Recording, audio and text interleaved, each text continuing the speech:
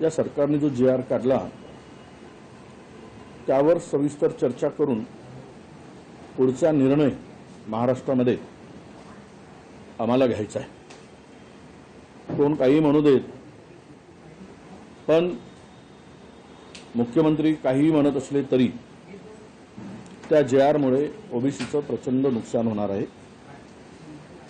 जर पात्र हा शब्द पूर्वी काढलेल्या जी आर प्रमाणे ठेवला असता तर आपण म्हणू शकलो असतो की ज्यांच्या कुणबी नोंदी सापडल्या आहेत त्यांचा विरोध आम्हाला अजिबात नाही। मराठा समाजाला काय द्यायचं सरकारने तो त्यांचा प्रश्न आहे, परंतु या जी आरमुळे पात्र शब्द काढल्यामुळे महाराष्ट्रामध्ये सरसकट सर्व मराठा समाज आता ओबीसीमध्ये येणार आहे। तो केवळ मराठवाड्यातलाच येणार नाही। आणि म्हणून आमची भूमिका अशी आहे की राहुल गांधींनी जी भूमिका मांडली, राहुल गांधींची भूमिका होती की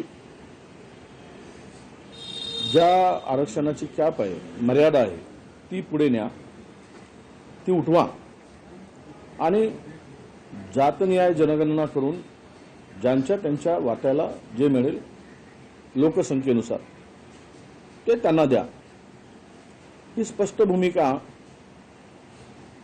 त्यावेळेस त्यांनी मांडली, त्या राहुलजींची आहे।